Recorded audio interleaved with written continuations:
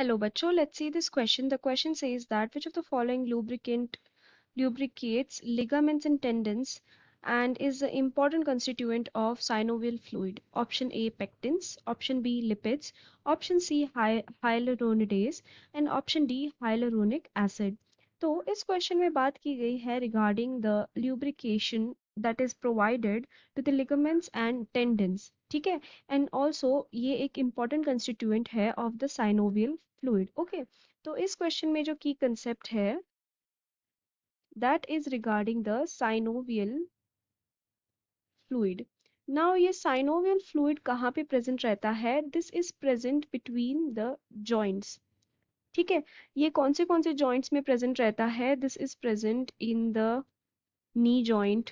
ठीक है, for example knee joint में प्रेजेंट रहता है, एल्बो जॉइंट में प्रेजेंट रहता है, शोल्डर जॉइंट्स में प्रेजेंट रहता है. ठीक है, यहाँ पे आ जाएगा शोल्डर जॉइंट या फिर हिप जॉइंट.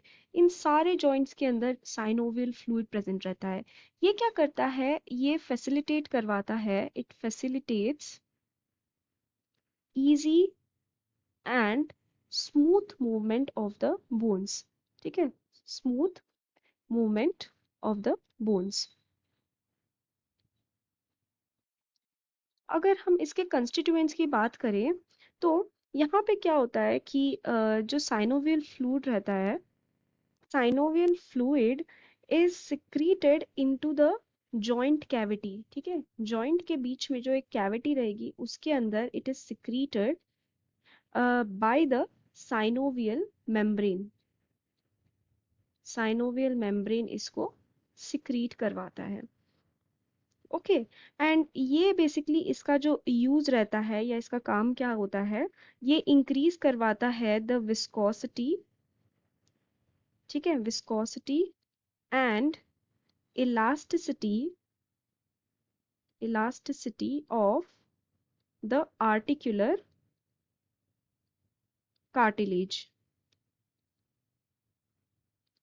ठीक है, और साथ ही साथ ये ल्यूब्रिकेशन तो प्रोवाइड करता ही है between the synovium and the cartilages.